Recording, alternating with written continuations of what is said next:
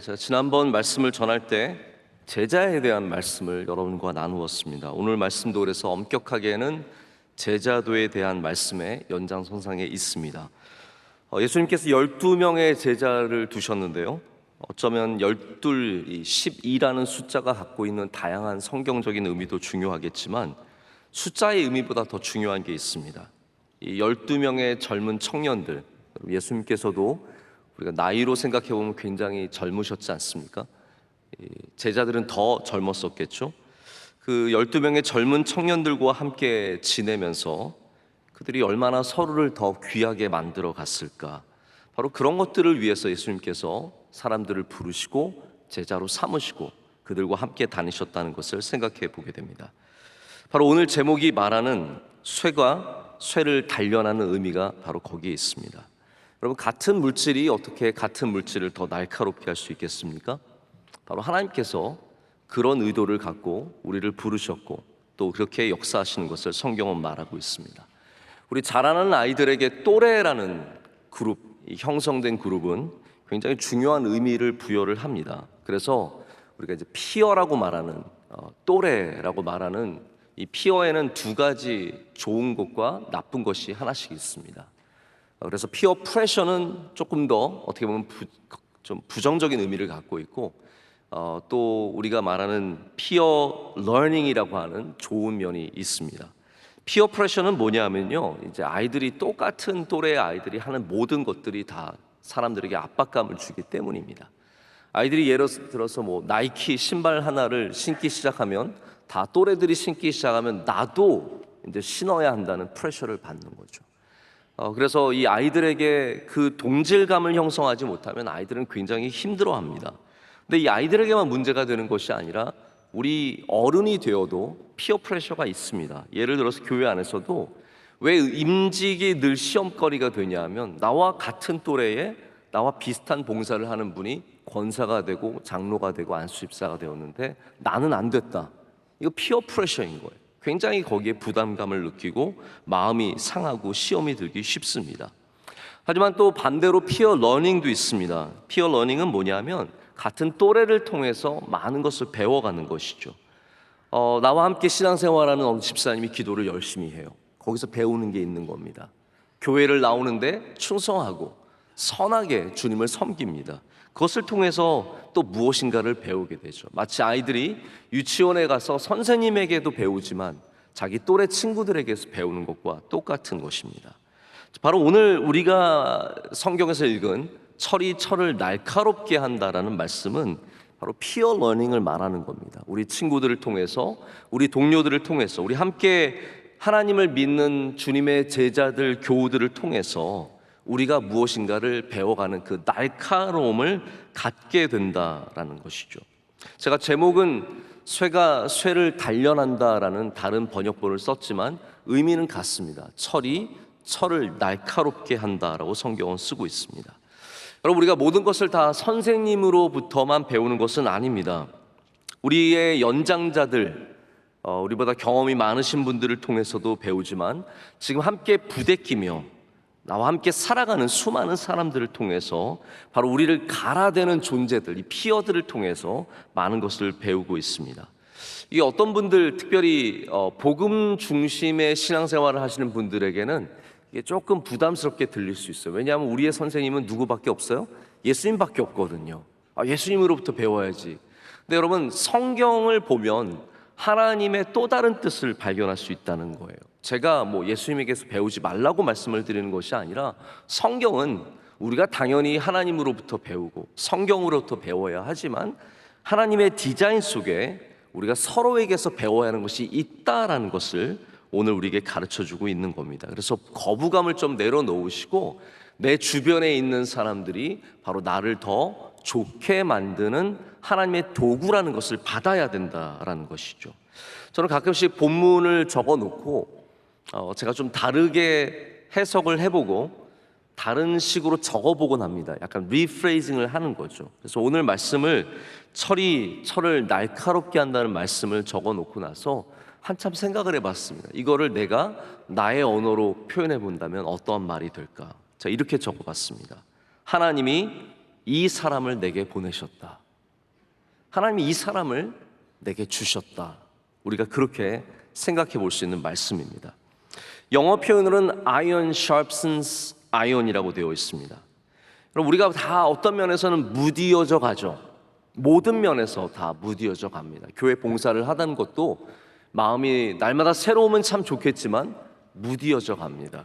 사랑하는 것도 무디어져 갑니다. 여러분, 왜 해변가에 있는 조약돌이 다 동글동글할까요? 여러분, 해변가를 다니시면서 이렇게 돌을 하나 집어 보십시오. 날카로운 돌들이 별로 없습니다. 대부분 다 동글동글합니다. 수많은 시간 동안 파도에 계속 깎여 나가서 모든 것들이 무디어졌기 때문입니다. 우리가 살면서 상처받다 보니 또 사람이 싫어지기도 하고 어디에 가기도 싫고 무엇을 하기도 싫습니다. 사람들과 어울리는 것을 싫어하는 사람들이 의외로 굉장히 많이 있습니다. 또 일에 치이다 보니까 번아웃 되어서 우리는 다양한 이유로 날이 무디어져 갑니다. 특별히 우리의 긍정적인 날카로움, 여러분, 날카로움이 다 나쁜 것만은 아닙니다. 사람이 날카로움은 물론 나쁠 때도 있어요. 저 사람 왜 저렇게 예민할까?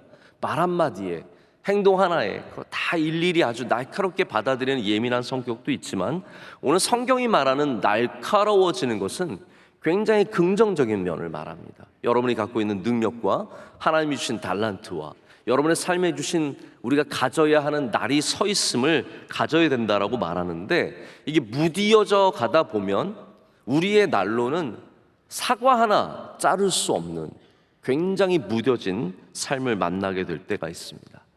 그럼 혼자 가만히 있으면 다시 날이 설까요? 날카로워질까요? 오늘 성경은 그렇지 않다라고 말합니다. 오히려 우리가 우리 주변에 있는 사람들을 만날 때, 그 사람들과 함께 부대낄 때, 어려운 사람들을 만나고 좋은 사람들을 만나고 내가 힘들어하는 곳에 갈 때 우리가 오히려 더 하나님이 디자인하신 그 날카로움을 유지할 수 있다라고 말씀하는 겁니다. 할렐루야. 그래서 우리가 둔해진 나를 벼르는 방법이 여러 가지가 있겠지만, 바로 그 여러 부분 중에 한 부분이 바로 오늘 말씀, 사람, 우리의 피어, 동료, 우리 주변에 있는 바로 그 존재들이, 우리의 교우들이, 우리와 함께 신앙생활하며 살아가는 수많은 사람들이 바로 나의 나를 갈아주는 사람이다 라고 성경은 가르치고 있습니다. 예수님은 제자의 삶이 혼자서 고독하게 돌을 깨치는 것이 아님을 보여주십니다. 12명 너희는 다 각각 방으로 들어가서 돌을 깨치고 나와라, 3년 뒤에 만나자, 이게 아닙니다. 주님은 매일같이 제자들과 함께 동행하셨습니다.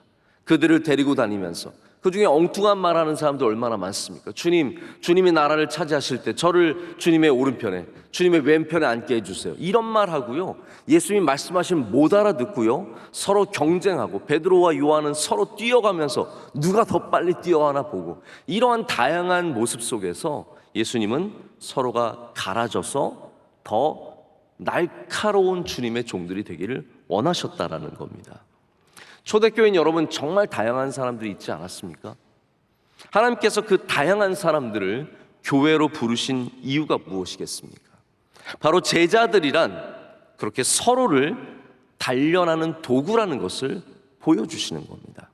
우리 명성교회는 정말 여러분이 마음을 먹으시면 아주 잘 날카롭게 날이 선 좋은 칼이 될 수 있는 주님의 교회입니다. 여기 정말 다양한 훌륭한 분들을 주님께서 많이 보내주셔서 여기서 우리 다양한 사람들을 만나면서 나의 신앙이, 나의 영적인 삶이, 또 내게 주신 달란트가 여기서 정말로 능력을 갖게 되는 것을 경험하게 됩니다. 저는 가급적이면 하나님께서 어떠한 마음을 품으셨을까를 많이 고민해 보게 됩니다. 하나님께서 어떠한 생각을 가지셨을까? 왜 초대교회를 만드실 때, 세우실 때 이렇게 다양한 노예와 주인과 남자와 여자와 유대인과 이방인과 왜 이런 다양한 사람들을 한 군데 모아두시고 그들을 서로 형제로 자매로 부르게 하시고, 그들이 왜 물건을 공용하고 그들이 왜 서로 함께 식사를 하면서 섬기게 하셨을까를 생각해 보게 됩니다. 그 이유가 뭘까요? 그 구약적인 이유가 바로 오늘 말씀이라는 거죠. 철이 철을 날카롭게 한다라는 겁니다. 쇠가 쇠를 단련하는 겁니다. Iron sharpens iron. 그래서 신약 성경에 나오는 수많은 말씀들이 바로 그런 관계를 향한 말씀이에요. 골로새서 3장 12절부터 14절까지 이렇게 말씀이 되어 있습니다. 그러므로 너희는 하나님이 택하사 거룩하고 사랑받는 자처럼 긍휼과 자비와 겸손과 온유와 오래 참음을 옷 입고, 누가 누구에게 불만이 있거든 서로 용납하여 피차 용서하되 주께서 너희를 용서하신 것 같이 너희도 그리하고 이 모든 것 위에 사랑을 더하라. 이는 온전하게 매는 띠니라. 아멘. 여러분, 여기 용납이라는 단어가 있습니다. 서로 용납하고. 왜 여러분, 교회는 왜 서로 용납해야 할까요? 그냥 용납이라는 가치가 좋은 것이기 때문일까요? 물론 당연히 용납이라는 단어 자체가 얼마나 좋게 들립니까? 하기면 거기에 더 중요한 의미가 있습니다. 쇠가 쇠를 만났을 때 서로 용납하지 않으면 절대로 갈리지 않습니다. 쇠가 쇠를 만났을 때, 철이 철을 만났을 때 용납하지 않으면 거기에서 좋은 일이 일어날 수가 없습니다. 용납하지 않으면 어떻게 될까요? 서로 부딪히기만 하면 여러분, 그것은 절대로 서로를 좋게 만드는 일이 아닙니다. 여러분, 어떤 모임에 가고 어떤 사람들을 만나면 쇠가 서로 부딪히기만 합니다. 그럼 무슨 소리가 나요? 깽깽 소리만 나요. 그래서 그 모임에 가면 정말 머리가 아픕니다. 서로 싸우느라고 깽깽 깡깡, 뭐 무슨 소리가 날까요? 꽁꽁 꿍꿍, 별의별 소리가 나면서 갈리지는 않고 서로 날카로워지진 않고 서로 싸우느라 상처만 입는 그런 모임과 만남들이 얼마나 많은지 모릅니다. 하지만 이 용납이라는 말은 받아들이란 말이죠. 받아들이라는 말. 근데 더 중요하게는 영어에는 bear라고 되어 있습니다. 견뎌내라는 것이죠. 그것을 참아내고 인내하고 받아들이면 그 쇠가 우리를 단련한다는 것입니다. 좋게 만든다는 것이죠.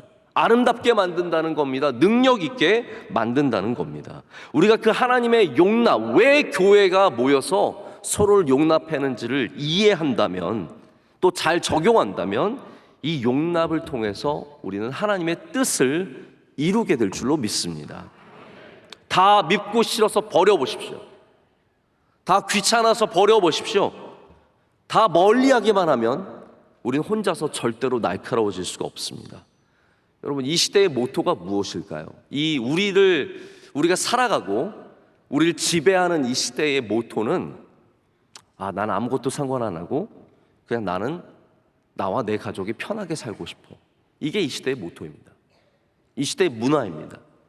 모든 사람들이 다 여기를 향해서 달려가고 있습니다. 그러나 우리 그리스도인들은 하나님이 말씀하시는 대로 쇠가 쇠를 단련하는 것을 믿어야 합니다. 그렇기 때문에 우리는 때로는 어려운 곳도 갈 줄 알아야 하고, 어려운 사람들과 어울릴 줄 알아야 하고, 교회 안에서 서로를 용납하며 살아가야 할 줄로 믿습니다. 스포츠 심리학자들이 실험을 해봤습니다. 800명의 학생들을 불러가지고 짝을 맺게 했습니다. 서로 짝을 맺게 했는데 다 이게 의도성을 갖고 다 통제하면서 하는 겁니다. 어떤 사람들은 서로 격려하고 위로하는 짝을 만들었어요. 너 잘한다. 열심히 한다. 너 이번 주에도 꼭 해야 돼. 이렇게 열심히 하는, 위로하는 짝을 만들어줬고요. 다른 짝은 경쟁하도록 만들었어요. 저 사람 보니까 나 좀 더 잘해야 될 것 같고, 그런 경쟁 관계가 있지 않습니까? 이 사람 보니까 내가 이렇게 하면 안 될 것 같고, 그래서 경쟁하는 관계로 만들었습니다. 결과적으로 둘 다 잘했어요. 위로하는 쪽도 격려하는 쪽도 굉장히 좋은 성과를 냈습니다. 그런데 탁월한 성과를 낸 곳이 어디였냐면 경쟁하는 쪽이었어요. 서로가 경쟁할 때. 여러분, 물론 우리가 격려가 갖고 있는 힘, 칭찬이 갖고 있는 힘을 잘 알고 있습니다. 오늘 말씀에도 마지막 말씀에 도가니로 은을, 풀무로 금을, 칭찬으로 사람을 단련하느니라 라고 되어 있습니다. 할렐루야. 저는 이 말씀 참 귀하게 생각합니다. 그래서 우리를 정금같이 나오게 하는 능력이 칭찬에 있다라는 거예요. 여러분, 부족한 사람들은 칭찬해주면 더 잘합니다. 잘하는 사람들을 칭찬해주면 더 잘합니다. 많이 칭찬하시길 축복합니다. 칭찬은 우리 안에 있는 선하고 좋은 능력들을 뽑아낼 수 있는, 이 도가니, 풀무가 은과 금을 다른 다양한 불순물에서 뽑아내는 거예요. 그렇기 때문에 칭찬은 하나님이 우리 안에 만드신 좋은 것들을 뽑아내는 거예요. 그래서 칭찬할수록 사람들은 더 잘하게 되어 있습니다. 여러분, 예수님이 여러분에게 어떠한 인상을 갖고 있는지 잘 모르겠지만 성경을 보면 예수님은 무서운 분이 아니세요. 성경을 보면 예수님은 칭찬을 따뜻하게 해주시는 분이셨어요. 베드로에게 칭찬하셨습니다. 아, 너 참 대단하다. 너의 믿음이 참 귀하다. 예수님께서 믿음 있는 사람들에게 너의 믿음이 참 귀하다. 이스라엘에서 이만한 믿음을 내가 본 적이 없노라. 그거 사실 과장법이거든요. 칭찬이거든요. 다른 여러 방법이 있겠지만 예수님께서 얼마나 좋게 말씀해 주셨는지 모릅니다. 그럴 때마다 그 사람들이 단련이 되는 거예요. 더 좋아지는 겁니다. 누가 한 명이 감사로 왔을 때 예수님께서 너 참 귀하다. 감사하는 사람 칭찬해 주셨습니다. 여러분, 다 우리 안에 있는 좋은 것들을 예수님께서 단련하시기 위해서 칭찬하시는 겁니다. 여러분, 아이들을 칭찬하는 것이 아이들을 절대로 망치지 않습니다. 오히려 칭찬을 듣지 못한 아이들이 그게 힘들고 어려운 거예요. 칭찬할수록 좀 더 좋은 도구로 발전하게 될 줄로 믿습니다. 제가 명성교회 다니면서, 오랫동안 우리 명성교회 다니면서 원로 목사님의 칭찬의 기술에 굉장히 익숙해졌어요. 그래서 목사님은 누가 와서 뭐 찬양을 하시던 연주를 하시던 뭐 설교를 하시던 뭘 하시던 얼마나 칭찬해 주세요. 때로는 과장되게 칭찬해 주세요. 세계 최고라고. 제가 알고 보면 세계 최고가 아니에요, 다. 근데 늘 목사님은 세계 최고라고 말씀해 주셔서 저는 자라면서 우리 교회 계신 분들은 다 세계 최고인 줄 알고 자랐어요. 세계 최고예요. 오늘 특순도 세계 최고세요. 이건 진짜로 세계 최고세요. 정말 우리 찬양대도 세계 최고예요. 아침 7시에 찬양하는 모든 세계, 전 세계 찬양대 중에서 우리 찬양대가 최고입니다. 몇 개 안 되겠죠. 그러나 하여튼 우리 찬양대가 최고. 우리는 이 칭찬을 통해서 분명히 좋은 성과를 이루어낼 수 있습니다. 자, 그런데 경쟁이 갖고 있는 의미를 간과해서는 안 됩니다. 제가 왜 이 경쟁을 통해서 더 탁월한 성과를 냈는지 이 실험 결과를 말씀을 드리는 이유가 있습니다. 정말로 제가 드리고 싶은 말씀은 우리가 편안한, 나를 칭찬해주고 나를 사랑해주는 사람과 지내는 것도 좋지만 그런 사람들과 지내는 것만 선호하다 보면, 자 보십시오, 우리가 편안한 사람들과 지내는 것만 선호하다 보면 우리의 날이 더 이상 날카로워지지 않는다는 것입니다. 우리를 어렵게 하고 때로는 경쟁으로 몰아세우는 그러한 불편한 사람들과 함께 할 때 오히려 우리의 날이 더 날카로워질 수 있다는 거예요. 바울이 바나바와 함께 선교 여행을 떠났습니다. 바나바는 바울을 발굴하고 예루살렘 교회에 소개시켜준 참 좋은 분이죠. 바나바의 뜻이 무엇입니까? 위로자예요. 바울과 바나바가 함께 선교의 여행을 하지만 이 여정 속에서 묘한 리더십에 경쟁이 생깁니다. 원래는 경쟁의 상대가 안 됐는데 이 여정을 가다 보니까 바울의 리더십이 발휘가 되는 겁니다.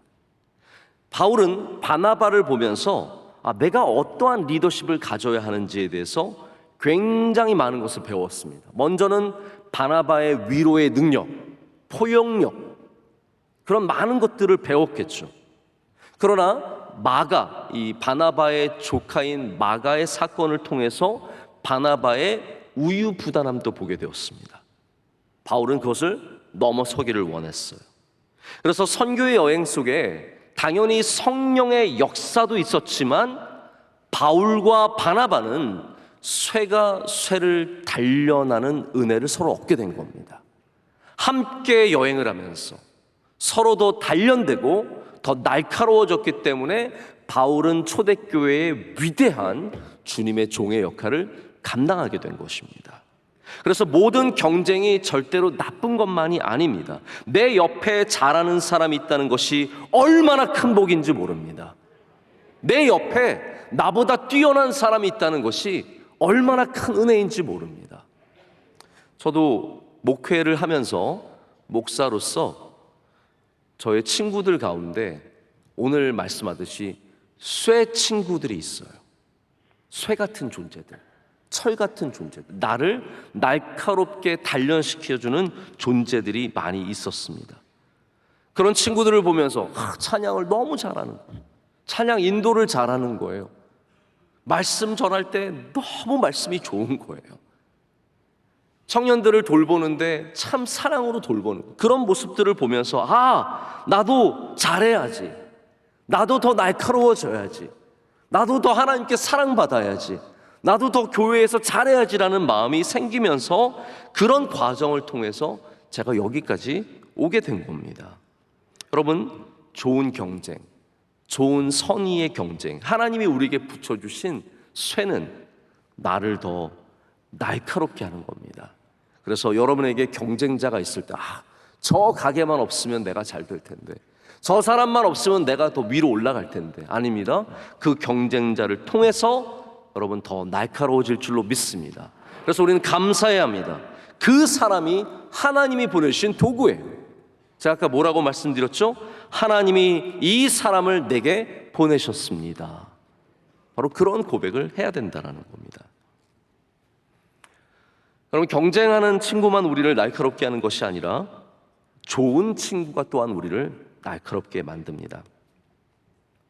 우리와는 조금 거리가 있는 스포츠가 있습니다. 미국의 이제 풋볼이라고 하는 미식 축구가 사실 우리는 굉장히, 저도 엄청 오래 미식 축구를 봤지만 아직도 잘 모르겠어요. 왜 그걸 좋아하는지, 가서 뿌악 부딪히고 막 이런 걸 왜 좋아하는지 잘 모르겠는데, 미국에는 풋볼이 최고의 스포츠입니다. 모든 스포츠를 압도하는 스포츠. 이 선수들 중에 전설적인 쿼터백들이 있는데 유명한 두 명의 쿼터백이 있었습니다. 한 명은 댄 머리노라고 하는 사람이고, 또 한 사람은 존 엘웨이라고 하는 사람이에요. 둘 다 최고의 쿼터백이었습니다. 근데 이 두 사람의 마지막이 굉장히 달랐어요. 존 엘웨이는 마지막 2년을 끝낼 때 최고의 성적으로, 최고의 결과로 끝냈습니다. 그런데 댄 마리노는 똑같이 최고의 선수였지만 마지막 2년이 그의 모든 커리어의 최악이었어요. 제일 못했어요. 그 차이가 무엇이었을까요? 스포츠 전문가들이 생각해 봤습니다. 왜 이렇게 끝났을까? 그러다가 발견한 게 있었습니다. 존 엘웨이라고 하는 선수는 마지막에 새로운 감독과 가장 좋은 친구가 되었습니다. 댄 마리노는 새로운 감독과 가장 미워하는 사이가 되었습니다. 그것이 그들이 어떻게 마지막 2년을 보냈는지를 보여주는 가장 중요한 관점입니다. 존 엘웨이는 마지막 2년에 슈퍼볼을 2번이나 다 우승했습니다. 댄 마리노는 근처도 가지 못하고 아주 안타깝게 은퇴를 했습니다. 존 엘웨이는 새로운 감독을 통해서 자신이 더 날카로워지는 그런 은혜를 얻었고, 댄 마리노는 새로운 감독을 통해서 자기가 더 무뎌지는 안타까운 결과를 맞게 되었습니다. 왜 그럴까요? 좋은 사람을 다 하나님이 보내주셨는데 그를 적으로 만들었는지, 그를 나의 친구로 만났는지의 차이입니다.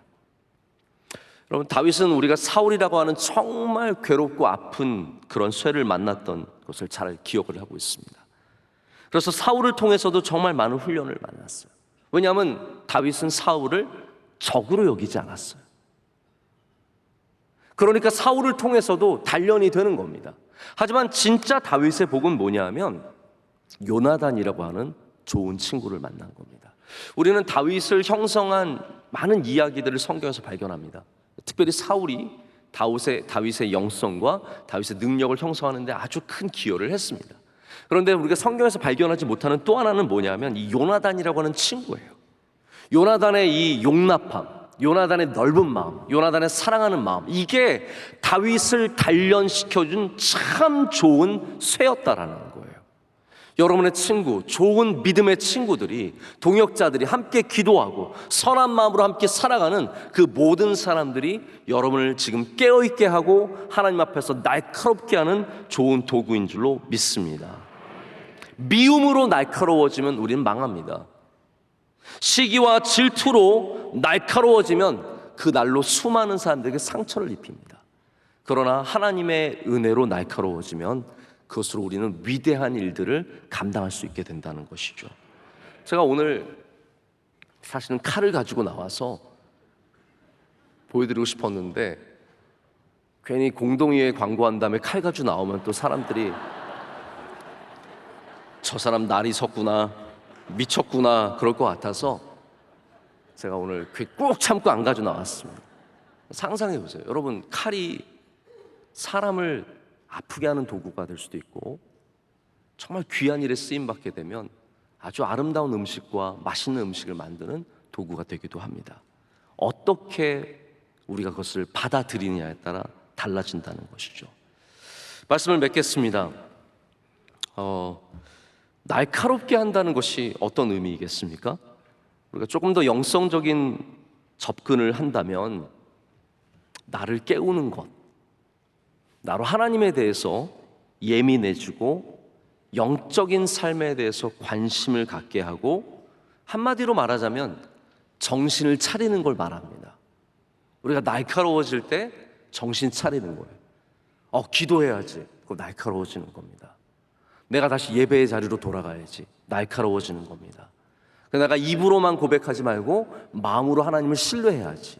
그건 날카로워지는 겁니다. 이 날카로워지는 것, 우리에게 정말로 중요한 부분입니다.